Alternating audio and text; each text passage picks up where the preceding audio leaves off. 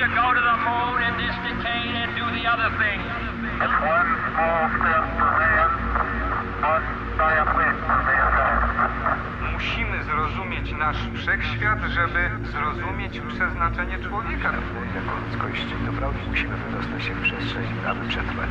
The space race inspired a generation of scientists and innovators. If you explore and you pump the educational pipeline, you transform your culture, and by doing so, you transform your economy. But we also have to liberate ourselves with the power of the mind. What makes human beings unique? There are many theories. The complex and subtle problems that we face can only have complex and subtle solutions.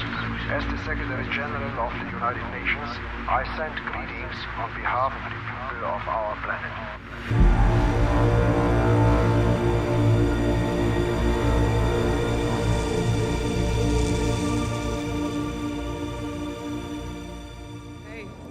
Welcome to today's press conference, brought to you by the National Science Foundation and the Event Horizon Telescope Project. Thank you all for joining us today.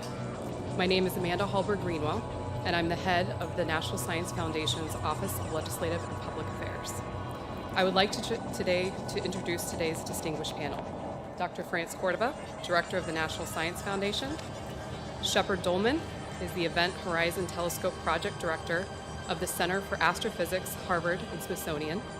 Dan Maroney is an Event Horizon Telescope Science Council member and an Associate Professor of Astronomy at the University of Arizona. Avery Broderick is a member of the Event Horizon Telescope Board and Wheeler Chair of Theoretical Physics at the Perimeter Institute and Associate Professor at the University of Waterloo. And Sarah Murkoff is a member of the Event Horizon Telescope Science Council, a professor of theoretical physics at the University of Amsterdam, and she coordinates the EHT Multi-Wavelength Workshop. We will have time for questions after the panel concludes, so please hold all questions until that time. I will now turn it over to Dr. Cordova. Good morning. Thank you for joining us at this historic moment. I'd like to give a special welcome to the Director of the White House Office of Science and Technology Policy, Dr. Kelvin Drogemeyer, and from the National Science Board, the current chair, Diane Souvain, and former chair, Maria Zuber. Today, the Event Horizon Telescope Project will announce findings that will transform and enhance our understanding of black holes. As an astrophysicist, this is a thrilling day for me. Black holes have captivated the imaginations of scientists and the public for decades. In fact, we've been studying black holes so long that sometimes it's easy to forget that none of us has actually seen one. Yes, we have simulations and illustrations. Thanks to instruments supported by the National Science Foundation, we've detected binary black holes merging deep in space. We've observed the episodic transfer of matter from companion stars onto black holes. Some massive black holes create jets of particles and radiation. We've spotted the subatomic neutrinos those jets can fling across billions of light years. But we've never actually seen the event horizon, that point of no return after which nothing, not even light, can escape a black hole. How did we get here? Through the imagination and dedication of scientists around the world, willing to collaborate to achieve a huge goal. Through a large pool of international facilities, and through long-term financial commitments from NSF and other funders willing to take a risk in pursuit of an enormous potential payoff. Without international collaboration among facilities, the contributions of dozens of scientists and engineers, and sustained funding, the Event Horizon project would have been impossible. No single telescope on Earth has the sharpness to create an unblurred, definitive image of a black hole's event horizon. So, this team did what all good researchers do. They innovated. More than 5 decades ago, other NSF-funded researchers helped lead the development of very long baseline interferometry, which links telescopes computationally to increase their capabilities. This team took that concept to a global scale, connecting telescopes to create a virtual array the size of the Earth itself. This was a Herculean task, one that involved overcoming numerous technical difficulties. It was an endeavor so remarkable that NSF has invested $28 million in more than a decade, joined by many other organizations in our support, as these researchers shaped their idea into reality. I believe what you're about to see will demonstrate an imprint on people's memories. The Event Horizon Project shows the power of collaboration, convergence, and shared resources, allowing us to tackle the universe's biggest mysteries. And now I'm going to hand over this to our distinguished panel, starting with Dr. Shep Doleman, EHT's director.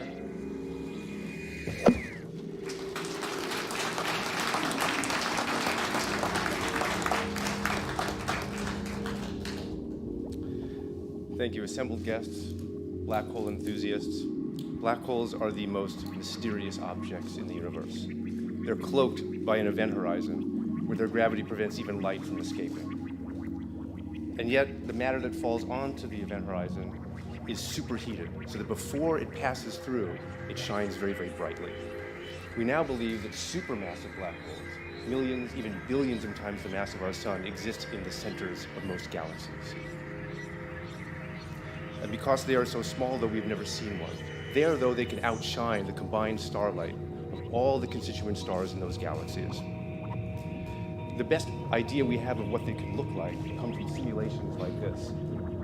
The infalling gas that's superheated lights up a ring of light where photons orbit the black hole. And interior to that is a dark patch where the event horizon itself prevents light from escaping. The Event Horizon Telescope project is dedicated to the idea that we can make an image of this black hole, that we can set a ruler across this shadow feature, measure the photon ring, and test Einstein's theory where they might break down. It also will allow us access to a region of the universe where we can study precisely the energetics and how black holes dominate the cores of galaxies. To do this, we worked for over a decade to link telescopes around the globe to make an Earth-sized virtual dish. The aim is to, the Event Horizon Telescope achieves the highest angular resolution possible from the surface of the Earth. It's the equivalent of being able to read the date on a quarter in Los Angeles when we're standing here in Washington, D.C. In April of 2017, all the dishes in the Event Horizon Telescope swiveled, turned, and stared at a galaxy 55 million light years away. It's called Messier 87 or M87. And there's a supermassive black hole at its core. And we are delighted to be able to report to you today that we have seen what we thought was unseeable. We have seen and taken a picture of a black hole. Here it is.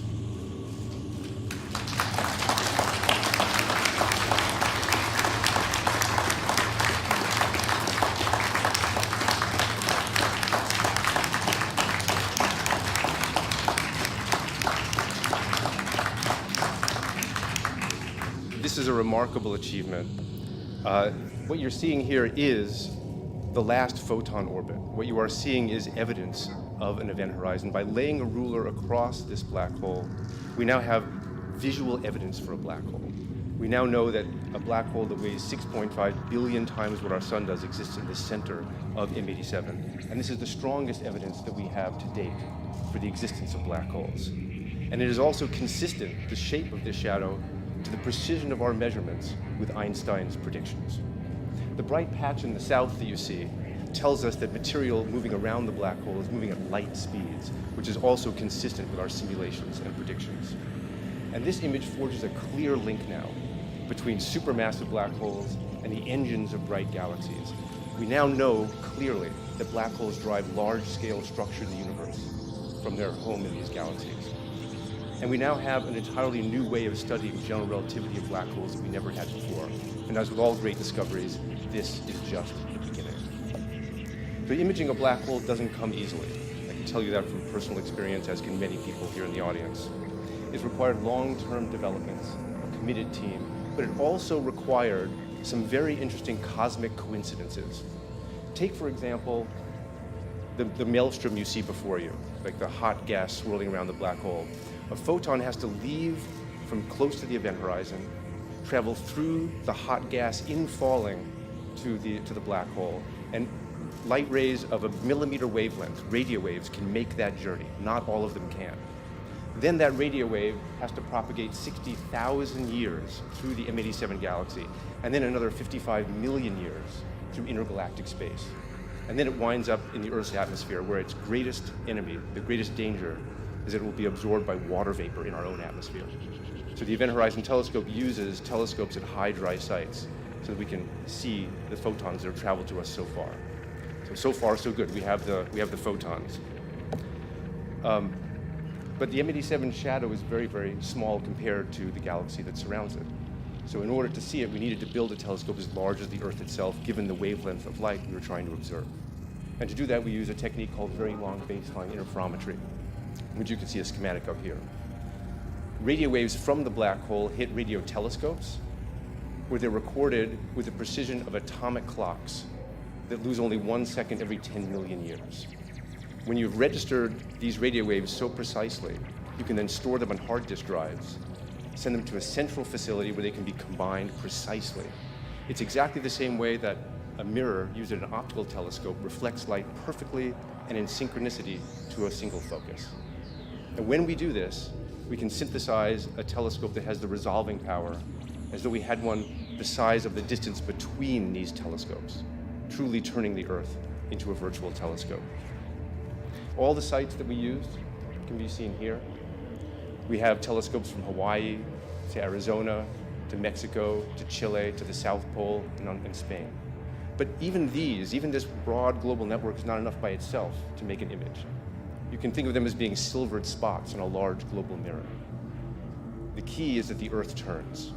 During a night of observing, we are able to sweep out more baselines, more coverage of this virtual mirror to make our image. So on the left, you'll see the Earth turning. Every pair of telescopes provides us with one point on the center panel, which fills in the Earth-sized virtual lens. And on the right, you see the evolving image. The more and more data we get, the more we fill in this virtual mirror, the sharper our view of the black hole becomes, until you wind up seeing what we have as the final image there. So we've taken advantage of a cosmic opportunity. It's remarkable when you think about it. Light that left near the event horizon traveled all the way through intergalactic space. It hit our telescopes. The Earth just happens to be the right size, so we get resolving power so that we can see the black hole in M87, whose mass and distance let us observe it. And then the Earth turns to fill in our mirror so that we can make this image. It's truly remarkable. It's almost humbling in a certain way. Now, we are 4 members of a large collaboration, and it is our distinct honor to be here to represent that collaboration. We are 200 members strong, we have 60 institutes, and we are working in over 20 countries and regions. We consider ourselves really to be explorers. Through international cooperation and innovation, we've exposed part of the universe that we thought was invisible to us before. It's our responsibility now to report these findings, and we're doing that today to the National Science Foundation, to our funding agencies, international and foundations, and to all people who support pioneering research, and also to the taxpayers. Nature has conspired to let us see something that we thought was invisible. This is a long-sought goal for us, and we find it tremendous, and we hope that you will be inspired by it too. Thank you, and now let me introduce Dan Maroney, who's literally gone to the ends of the Earth to collect some of the data that we've seen here today.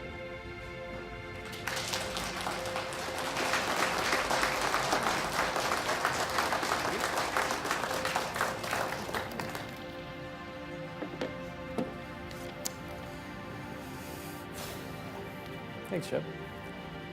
So, there you go. So the heart of our measurement is, of course, the EHT array. it would have been an expensive, enormous undertaking to build a dedicated array just to do this experiment. So we didn't do that. Instead, we built an international partnership that allowed us to use submillimeter telescopes all over the world. In fact, we used basically all of the submillimeter telescopes in the world to make this measurement, one that none of them could have done on their own. When you take a heterogeneous collection of telescopes and build them into one giant telescope, it presents a lot of technical challenges. And so in the years leading up to our 2017 experiment, we went telescope by telescope all over the world, installing the specialized hardware we needed to do this. Most of the telescopes had detectors that we could use, but almost none of them had the atomic clocks we need, and certainly none of them had the very fast data recorders that we use. Some places we had to do even more. A good example of this is the ALMA telescope in Chile. It's a 66 telescope array. It's by far our most sensitive telescope, and its sensitivity is transformational for our experiment. But in order to use it, we didn't just need the basic hardware, we also needed a special piece of hardware that could sum the light from all the telescopes before we sent it to our recorders. This alone was a many-year project using an international collaboration of people from the EHT and also from the ALMA project. Another good example is the South Pole telescope. The South Pole is a special place in our array. It's so far south that it doubles the resolution of the EHT for sources it can see. But the SPT was designed to do a completely different kind of measurement. It studies the cosmic microwave background. And so its detectors are not the detectors we need. So in addition to bringing down an atomic clock and all the tens of crates of hardware that we needed, we had to build a special receiver that would detect the light the way we needed detected, special optics to relay the light to it, and install it and get it to work in the cold and sometimes harsh Antarctic environment. This was many years of work for many of us, many trips down for myself and graduate students and postdoc and other engineers in the EHT team. But at the end of it, we had a South Pole telescope that could be an EHT station. Now, getting the sites to work isn't the end of the process. We also had to test them all, because in VLBI you really only get one shot. Everything has to be working exactly right when the script starts. So we spent years taking site by site, pairing them up, and making sure that our VLBI observations would work. The last of these observations was in January 2017. By March of 2017, we knew that that test had worked, and we were ready to go. The image that Shep showed was from April 2017. And for that campaign, we sent our team to the telescopes all over the world. Their job was to turn everything on, do very extensive testing, and then be there to do the observations. But even with all of that in place, we still had to wait for weather. And my experience with 10 years of doing these observations is that weather is usually the place where we fail. We have to have good weather in Hawaii and Spain at the same time, in Arizona and the South Pole, and that's a lot to ask. But in 2017, we were very lucky. Our first 3 days of observations were some of the best weather we've ever seen. And for a 10-day campaign, we were done in only 7, taking all the data we wanted.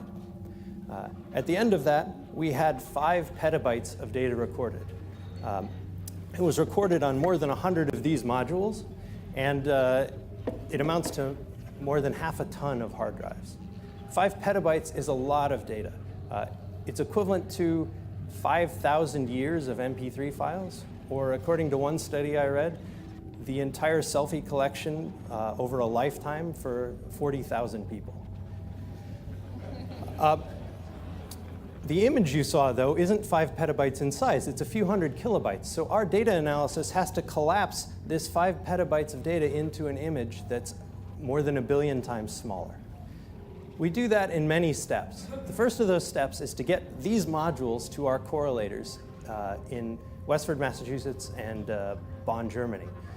The fastest way to do that is not over the internet. It's actually to put them on planes. There's no internet that can compete with petabytes of data on a plane. Once they're there, the correlator's job is to find the exact same wavefront of light arriving from the black hole at each telescope.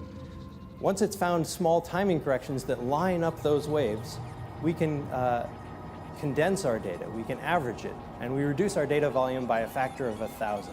Now we're at terabytes, a much more familiar unit. But we have a lot more work to do. The data still have imperfections at that point, both from the instruments themselves and from the atmosphere above the telescopes. And so we do something called fringe fitting. We actually do this in the cloud with cloud computing, which lets us do it in days instead of weeks. We calibrate the data so that we know exactly how bright our sources are.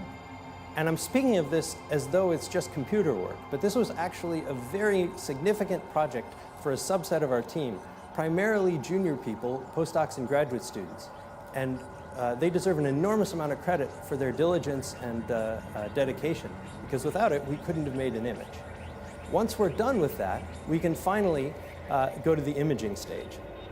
Now, imaging with an interferometer isn't as simple as downloading a picture from your camera. Fortunately, though, the math that we use for it has been around for more than 200 years. The principle is well understood. The methods, though, as with everything with this project, are a little tricky for our data. And so in order to get to the image, there's been years of image algorithm development within our team that's been essential to our results. At this point in history, we have many different image algorithms to choose from. They have different strengths and weaknesses. It just depends on the character of the data. And so the way we approached the imaging stage is we set up 4 teams all over the world. They were collaborating. Each team is representing many parts of the world. And we told them, don't talk to each other or anyone else. Choose whichever imaging algorithms you think are best and make images of these data. And then in the summer of 2018, we brought everyone back together at a very exciting meeting, the EHT Imaging Workshop in Cambridge, Massachusetts. If you couldn't be there, you certainly called in from the internet because you wanted to see the presentation. And in a very exciting presentation, we revealed to the other teams and to ourselves what we'd found. And what we saw in those images were 4 very similar pictures, looking almost exactly like the one you see today. An emissive ring surrounding the shadow of a black hole. It was a wonderful day of science, and I'm glad that after a few more months of very careful checking and paper writing, that we're finally able to share it with you today. And now I'd like to hand off to my colleague Avery Broderick to talk about the interpretation.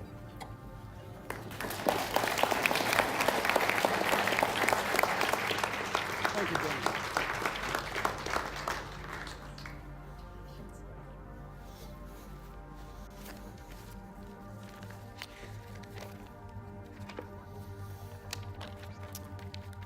Thank you, Dan.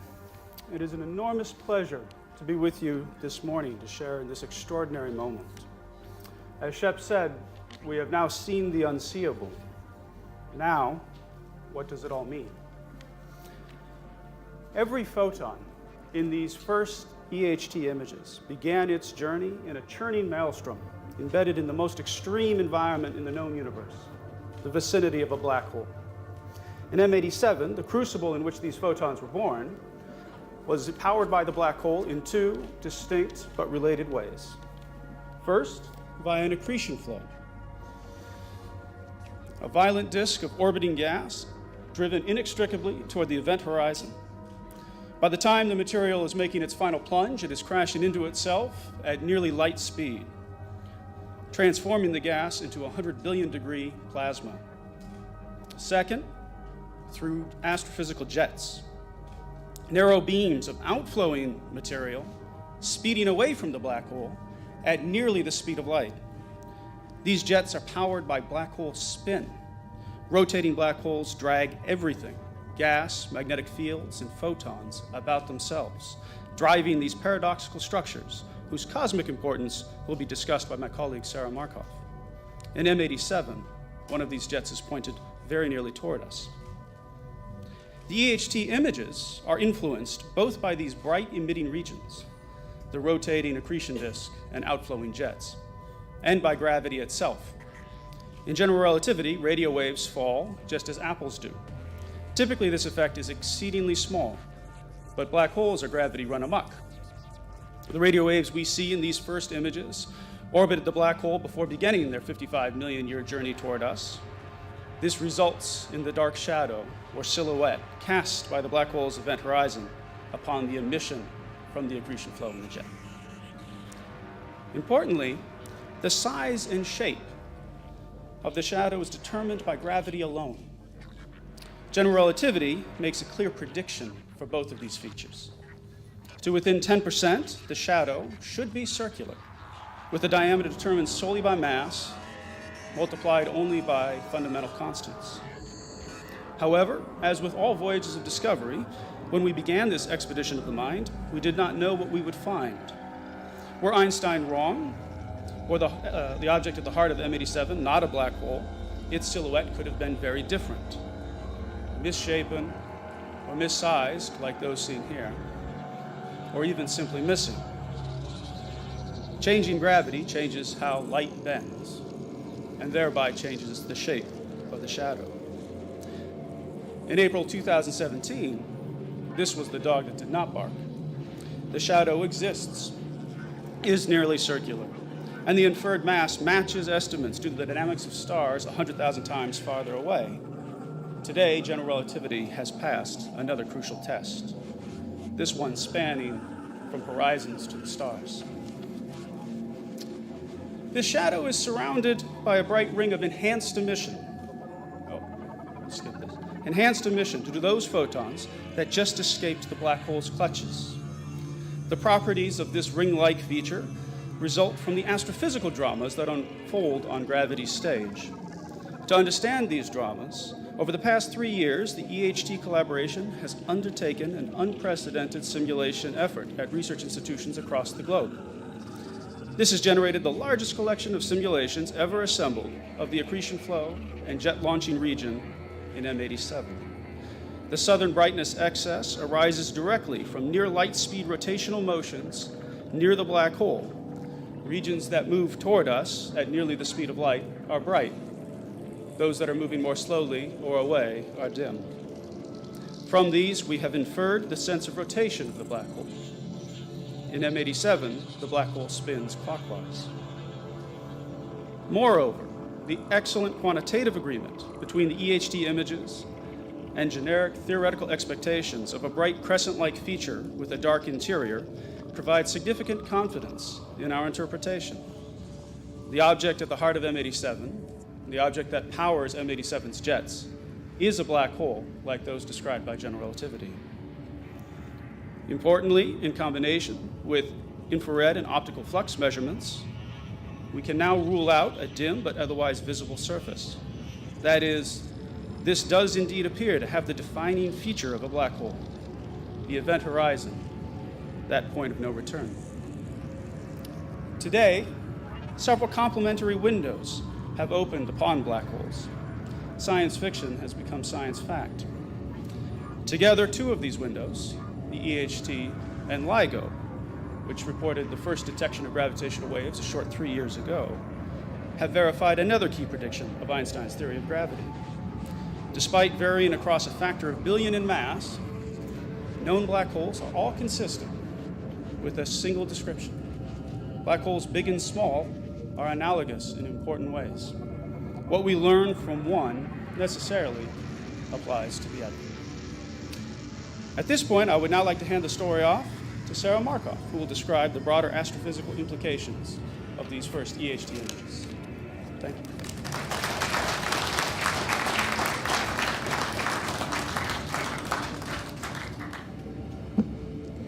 Thank you, Avery. So black holes may be the most exotic consequence of general relativity, but these bizarre sinkholes in the actual fabric of space-time turn out to have a lot of consequences of their own, which I'm going to talk about today. That's because black holes are major disruptors of the cosmic order on the largest scales in the universe. And they're actually helping mold the shape of galaxies and clusters of galaxies. Well, we've now confirmed, as Avery was saying, that general relativity itself does not change when we look at different black hole masses. It turns out that the impact of a black hole will actually change a lot. And so if we want to understand the role of black holes in the universe, then we need to have accurate determinations of the black hole masses. And this has been a problem up until now. So actually, our mass determination by just directly looking at the shadow has helped resolve a long-standing controversy. In measuring the mass of M87, there's been two independent methods both basically looking at the motions of either gas or stars, but they ended up giving different answers. Our determination of 6.5 billion solar masses lands right on top of the heavier mass determination from stellar motions. And so this actually will also help resolve a discrepancy that can lead to better mass determinations for other more distant black holes where we can't actually see the shadow. So getting to the impact of this is important because M87's huge black hole mass makes it really a monster, even by supermassive black hole standards. So you're basically looking at a supermassive black hole that's almost the size of our entire solar system. And in fact, that's part of the reason that we can see it, even though it's so far away. But if we now zoom back out to the more cosmic perspective of the host galaxy of this black hole, the galaxy is made of billions of solar systems. And so on those scales, the black hole itself is minimally small. It's about 100 million times smaller than the galaxy. And if it were a dormant black hole, like the supermassive black hole in the center of our own galaxy, Sagittarius A star, then the galaxy would really have no way of knowing it's there and would basically be just like a pebble in a shoe. But when a black hole is what we call activated by gravitationally capturing material, it starts to convert that fuel into other forms of energy with an efficiency that can be almost 100 times better than nuclear fusion that powers the stars like our sun. And so when that happens in these active phases, black holes temporarily become the most powerful engines in the universe. And they go very quickly from being a pebble in the shoe to a thorn in the side of the galaxy, literally. And the thorns in this case being the jets that Avery was mentioning. In the most extreme cases, these jets can actually penetrate through the entire galaxy and well beyond. But the power that's coming out, we can't see with our own eyes. So if we want to understand them, we have to look in other wavelengths. So we look with telescopes across the electromagnetic spectrum. So I'm going to give you an example of this. This is another very active black hole system, and it's a combined image. So you see in white from NASA's Hubble telescope, the elliptical galaxy Hercules A in the center, and then overlaid in blue is the radio waves from the National Science Foundation's Very Large Array. And these radio waves are basically tracing magnetic fields in space. So this tells us that these jets are just enormous fountains of magnetized material that are being sprayed out from the black hole, not the black hole itself, but near the black hole, nearly at the speed of light. And these particular jets are 100 million times bigger than the black hole that launches them. Now, if we add another layer, we're going to look in the X-rays now from NASA's Chandra telescope, and X-rays are probing extremely hot gas, like billions of degrees. So we're seeing the entire system is embedded in a halo of hot gas, and we can use this information to calculate how much energy the jets had to have to bore through all this material. And what we find is that the jets are carrying the equivalent of 10 billion supernova in energy deposited over one of these active cycles. So this is, these kinds of interactions are basically very important because this tiny black hole on these scales is somehow launching these structures and also managing to heat the gas to prevent stars from forming. And since galaxies grow by forming more stars, this has the effect of truncating galaxy growth. And we think it's through these types of interactions that black holes help shape the largest structures, galaxies and clusters of galaxies, and make them look the way they do today. Now, M87 is in a much more modest active state, but as you can see, this is also from Hubble. It's still managing to launch pretty magnificent jets, and these jets are emitting across the electromagnetic spectrum as well. So we need this information to be able to fully understand the system. But if we zoom way out now to the clustered galaxy scales, this is another combined image where you see red in radio and blue in X-ray. You see just a mess of structures, and we think this is telling us about M87's black holes' past interactions really affecting the cluster scales on time scales of hundreds or tens of hundreds of millions of years. So until now, well, we always thought that black holes were behind these large structures, driving these engines, but we never knew. And now with EHT, we have direct evidence of the root of these problems, and we can look at this, and we can now start to make, to understand, there we go, combining strong gravity, magnetic fields, and looking at atomic level processes to understand how these processes interplay and conspire to make these enormous structures that are basically affecting the largest scales of the universe. And so to capture all of this, information, we need to combine our observations with those across the multi-wavelength spectrum. And so, as you heard from Dan, there's a lot of complexity in these observations, and we added to that by doing a complicated Sudoku of coordination with many facilities across the globe and also in space. And this is similar to the campaign that was run with LIGO for gravitational waves. It's very important to combine signals both from photons and particles. And so by doing this, we expect that EHT is going to play an active role in this new era of international multi-messenger astronomy. So anyway, looking to the future, the same observations that we took in 2017 that for M87 also included this dormant black hole in our galactic center, Sagittarius A star. And by looking at two black holes at opposite extremes of this activity range, especially combining this with multi-wavelength information, we can better understand the ebb and flow of influence of black holes in the long course of our history in the universe. Anyway, so thank you very much. I'm going to hand this back over to Shep, who's going to say a few words.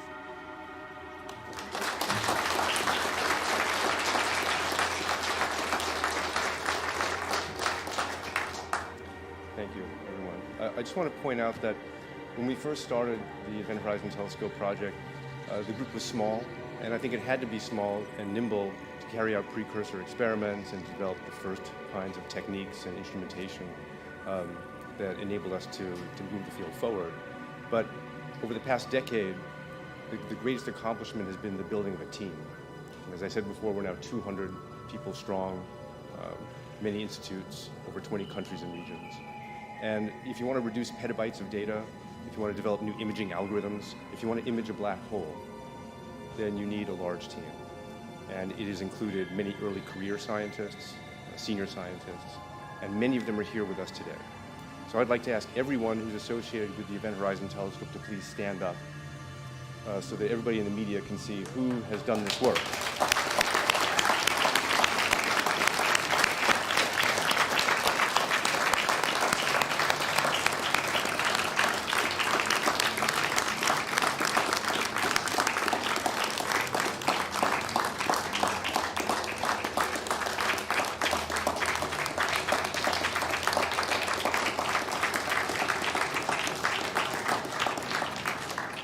It's a true pleasure and privilege to work with this crew. And I urge all the media to please go seek them out to learn how the sausage was actually made, how the black holes were actually imaged. I also want to say something in particular about funding and support. This has been a high-risk but high-payoff endeavor. Sometimes you have to kiss a lot of frogs before you get the prints, before you get the black hole image. And you need supporters, you need funders who will stand by you for long periods of time, who take the long view, who understand that basic science never goes out of style, and who also understand that basic science, you never know when it's going to pay off, but ultimately it usually does, and that you have to play the long game. And we had wonderful partners with the National Science Foundation, with our international funding agencies and foundations, and our hat is off to them for sticking by us for so long. And we look forward to greater things with the EHT as we build out the capability and we continue to sharpen our focus on black holes. Thank you.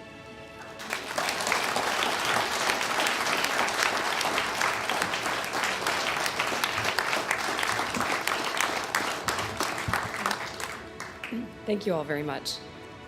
One note before we take questions.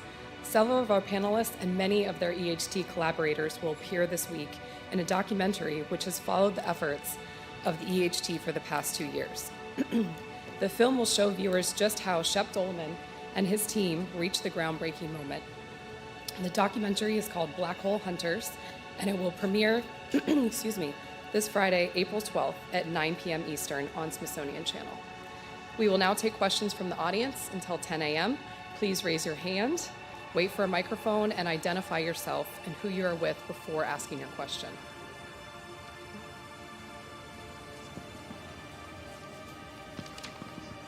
Seth Borenstein, the Associated Press. A two-part question, please.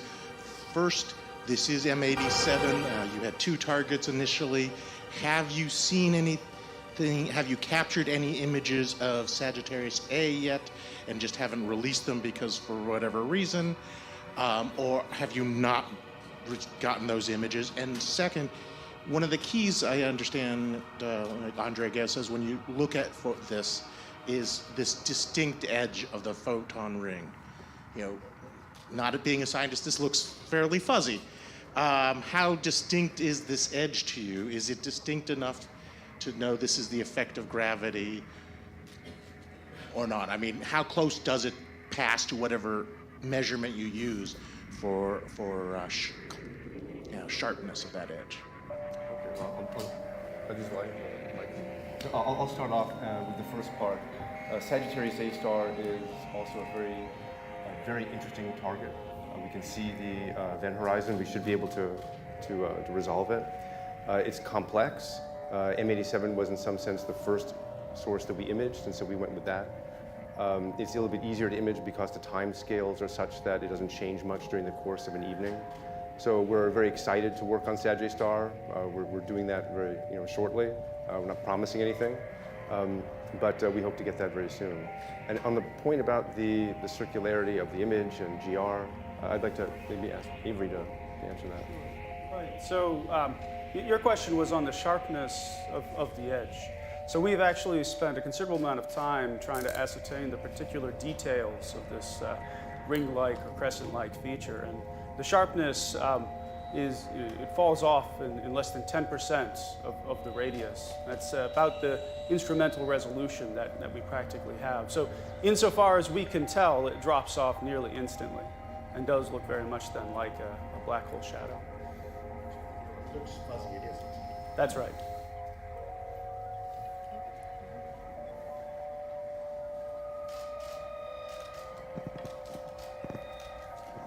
Hi, I'm Alan Boyle with GeekWire.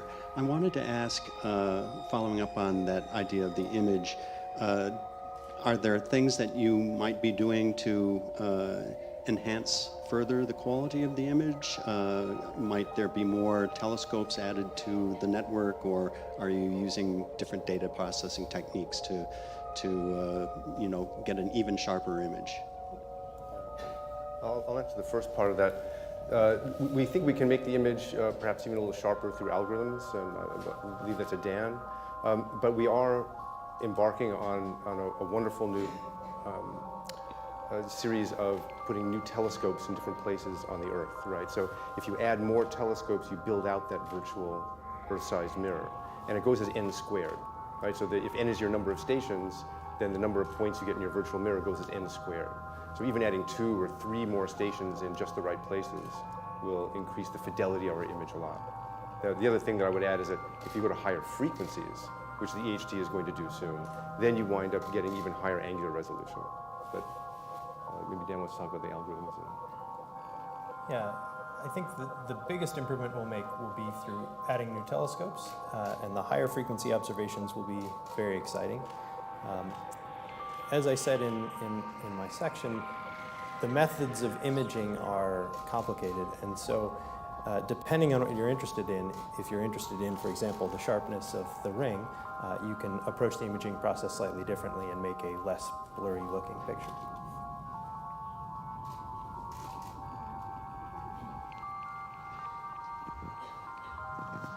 Thank you very much, Tarek Malik for Space.com, I think for Shep.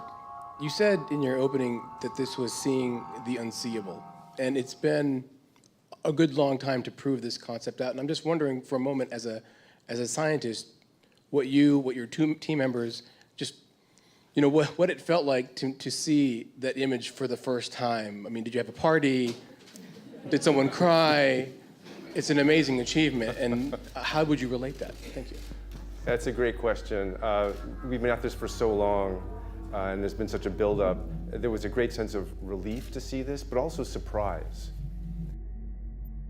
A long time, you get a lot of intermediate results. We could have seen a blob, and we have seen blobs.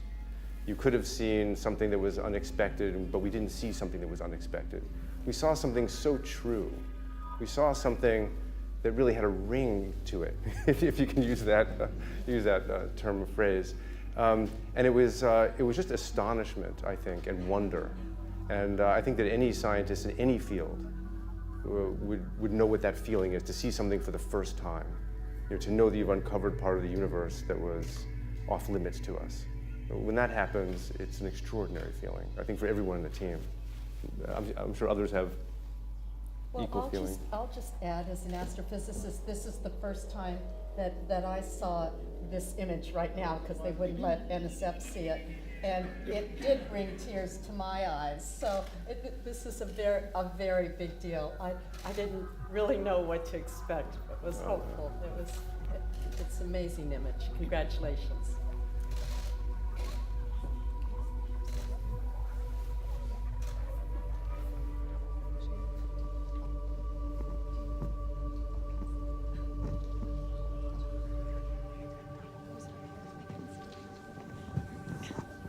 Hi, Jay Bennett with Smithsonian Magazine. You mentioned just now that this was kind of the perfect image, and there wasn't really any surprises to it. It was the exact ring that you expected from general relativity. Was there anything about it at all that was surprising or unexpected, or was it really just kind of exactly what you were looking for? Well, in broad brush, as Avery said, it has verified Einstein's theories of gravity in this most extreme laboratory. But there are some very interesting things about it that we want to follow up with. There are asymmetries around the ring, the brightness in the southern part. So there'll be a lot of future work on this to sharpen our focus on gravity. But maybe that was one. All right, so first, I have to admit, I was a little stunned that it matched so closely the predictions that we had made. It's gratifying, sometimes frustrating. But this is the beginning. We were asked a moment ago about how we felt, and I think it was a cathartic release of finally things are working, but also this anticipation of all the amazing science that we're going to do by studying this image closely and by repeating the experiment. And in that sense, we'll be able to improve the precision with which we can probe general relativity, et cetera. And there we may find these unanticipated surprises. Chris Lintop from BBC Sky at Night. Thank you for releasing the papers alongside the press images. The first image on the paper there shows 4 different images from 4 different days, and it seems to me there are hints of changes from day to day. Are those real? Can you say anything about time variability at this point? So there are 2 sets of 4 images. The earliest image in the imaging paper shows those 4 preliminary images that I spoke about. The 4 different teams presenting their results. Those differ slightly from the final answer, partially because that was still an engineering data release. It wasn't the final data.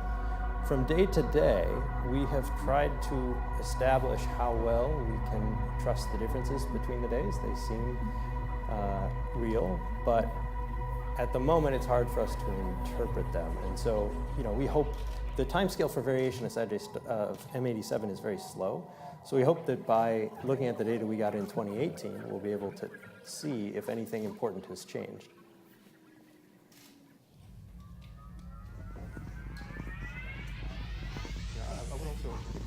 I would also add that, as Sarah pointed out, the multi-wavelength part of this is a key piece of the puzzle. So when we observe with the EHT on the very smallest scales, we also want to observe at multi-wavelengths, X-rays and longer wavelength radios on larger scales. Maybe Sarah, do you want to expand on that?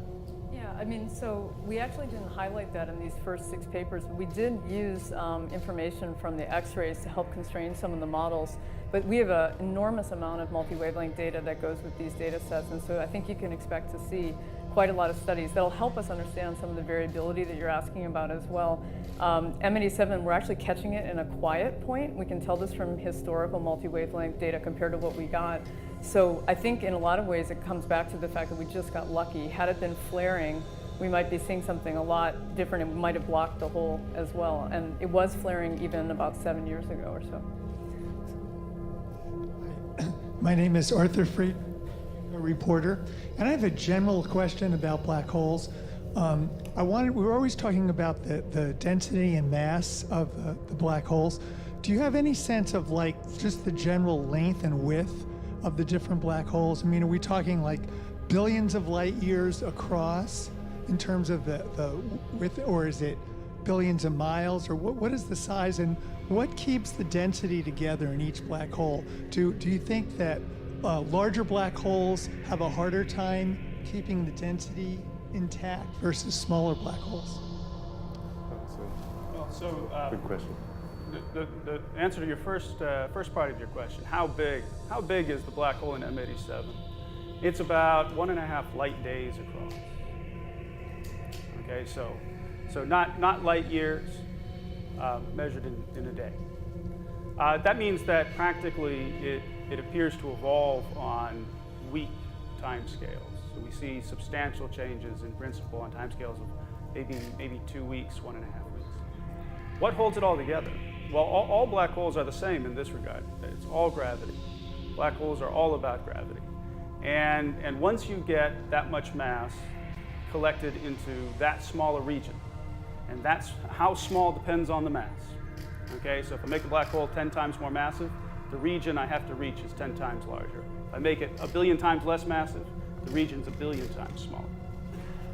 Once you've gotten that much mass that close together, gravity runs the show, and there's no other force that we know of that will stop it.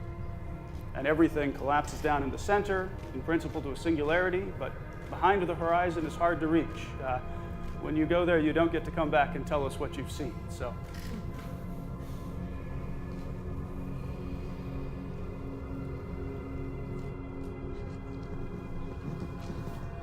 Hi, Emiliano Rodriguez with Nature Magazine. I'm just wondering if these images can help us understand how black holes produce jets, and also, do you see this thing as like evolving over time? Is it changing over time, or do you see it as just fixed?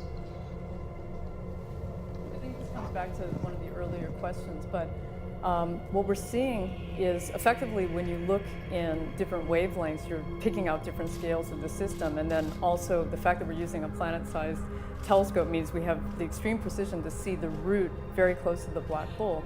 That region is all magnetized plasma, and we think that the jets are being launched effectively by some sort of squeezing of the magnetic plasma towards the black hole, and then maybe an enhancement from the spin of the black hole itself. And we're looking directly at this region, so we do anticipate that this image, we haven't really begun to do the full analysis, but we've done a lot of work so far. Different groups within the team have been doing simulations, and the expectation of that is that we'll be making models and comparing them, especially again also to multi-wavelength data on the largest scales, and looking for variability, looking for any hints at the underlying physics that's really going on. We have a pretty good idea in the broad stroke of what's happening, but there's a lot of debate about the actual processes near the black hole, and so that's going to be the next steps. I think you can expect quite a lot coming out in the coming period on that.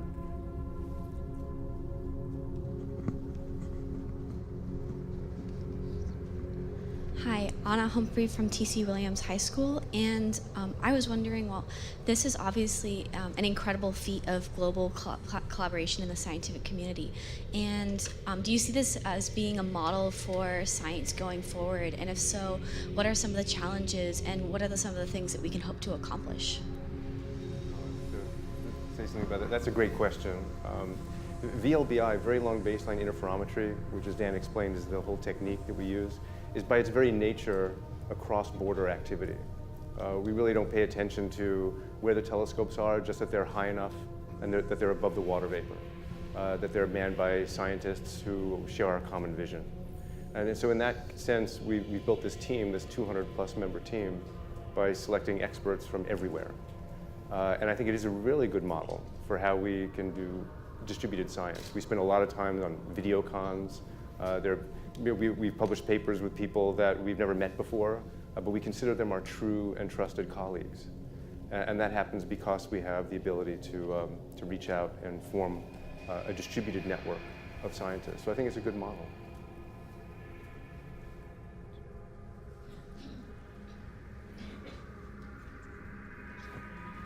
Your achievement. Thank you for taking my question. My name is Junya Yabuchi from NHK Japanese Public Broadcaster. I have a question about the international collaboration. I understand this is the enormous work of collaboration. Could you tell me more about the detail of each country's contribution, especially Japan? Well, I can say something about that. I've worked very closely with many people at the National Astronomical Observatory of Japan and others. Japan has played a very key role, as have a number of countries. Japan, for example, was one of the key members of the project that phased up ALMA. That took all the dishes in the ALMA array in the high Atacama Desert and then made them essentially one dish so we could record on one set of equipment. And that has been huge. And that has been huge.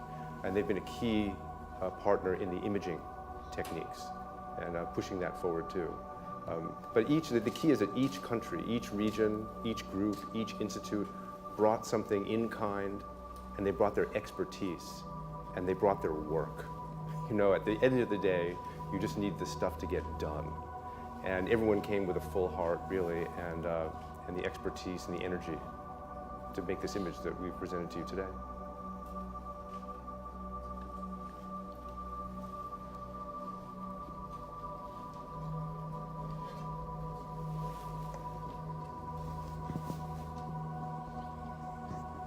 Hi, I'm Rochana Baruba from Wakefield High School, and I was wondering if nothing travels into the black hole at the speed of light other than light itself, how does black hole pull light into itself, I guess? And also, you guys have mentioned how it's the M87, I guess, is 55 million light years away. Then how does the time work from capturing the light from here to the itself? I'll answer the last part. It just takes light 55 million years to get here. So when we see M87 and the image that you saw, that's what it looked like 55 million years ago. That's the last part of your question. On the first part, anyone? Yeah, so light can't escape the horizon because in some sense, space-time itself is flowing through the horizon at the speed of light at that point. This is one of the beautiful elements of Einstein's theory of gravity is space is no longer a static stage on which things happen, but a dynamical participant. And you can think about it moving and flowing. Black holes drag it around when they spin and flows through the horizon when they're static. And so those photons trying to climb out of the gravitational potential well outside the horizon can do so because they can go faster. But once you cross the horizon, they're dragged in, just like sound waves across a waterfall.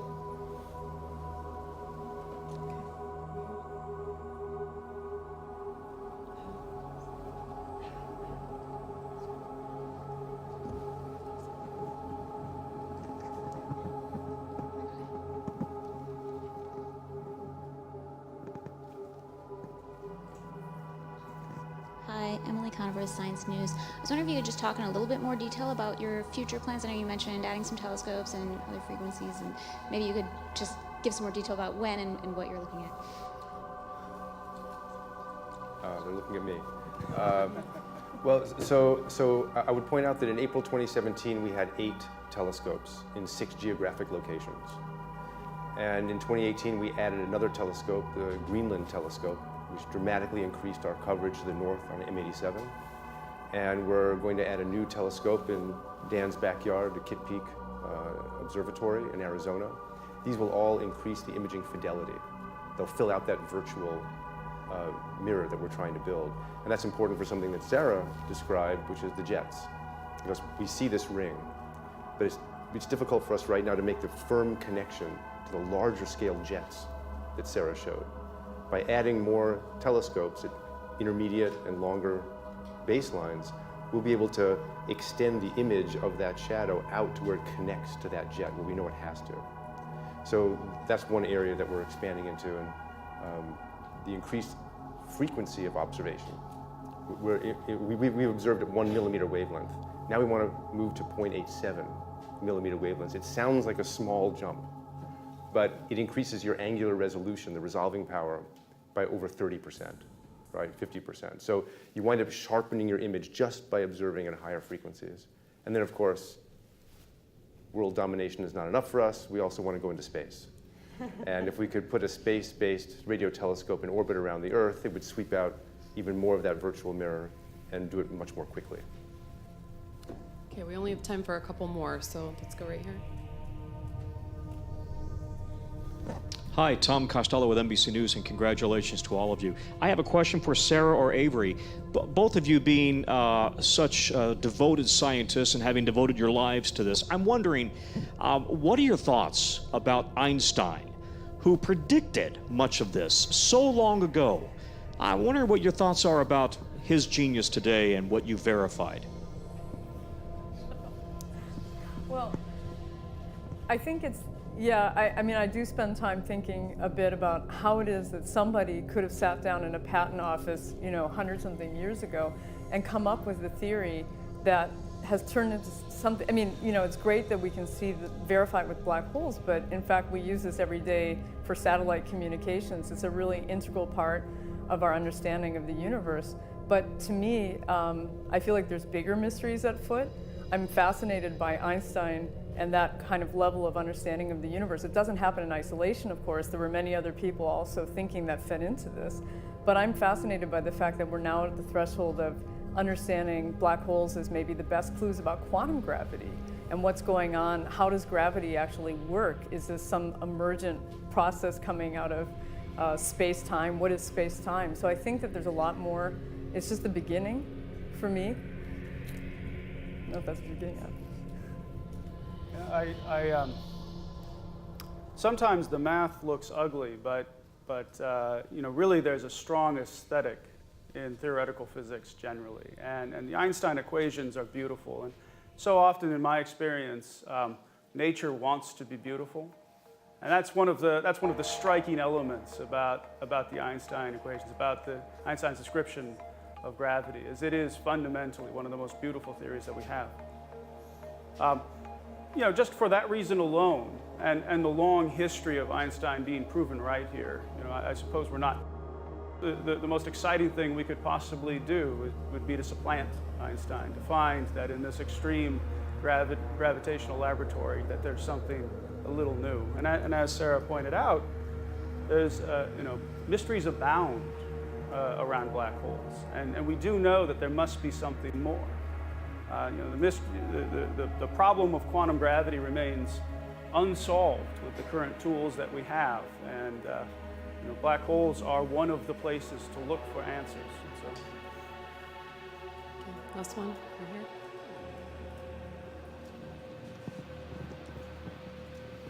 Hi, Michael Greshko, National Geographic. So Shep, you mentioned seeing the unseeable with regards to black holes, but I want to talk about another unseeable aspect of our universe, dark matter. Avery, you co-authored a paper in 2017 pointing out that M87 in particular, with the Event Horizon Telescope, would be a unique probe into dark matter, the degree to which it annihilates, its interactions with other forms of matter. Can you say anything at this point about how this measurement changes or constrains what we know about dark matter? The quick answer is not yet. We've been very, very focused on making the first interpretations of this groundbreaking image, so we've not yet gotten to that particular topic.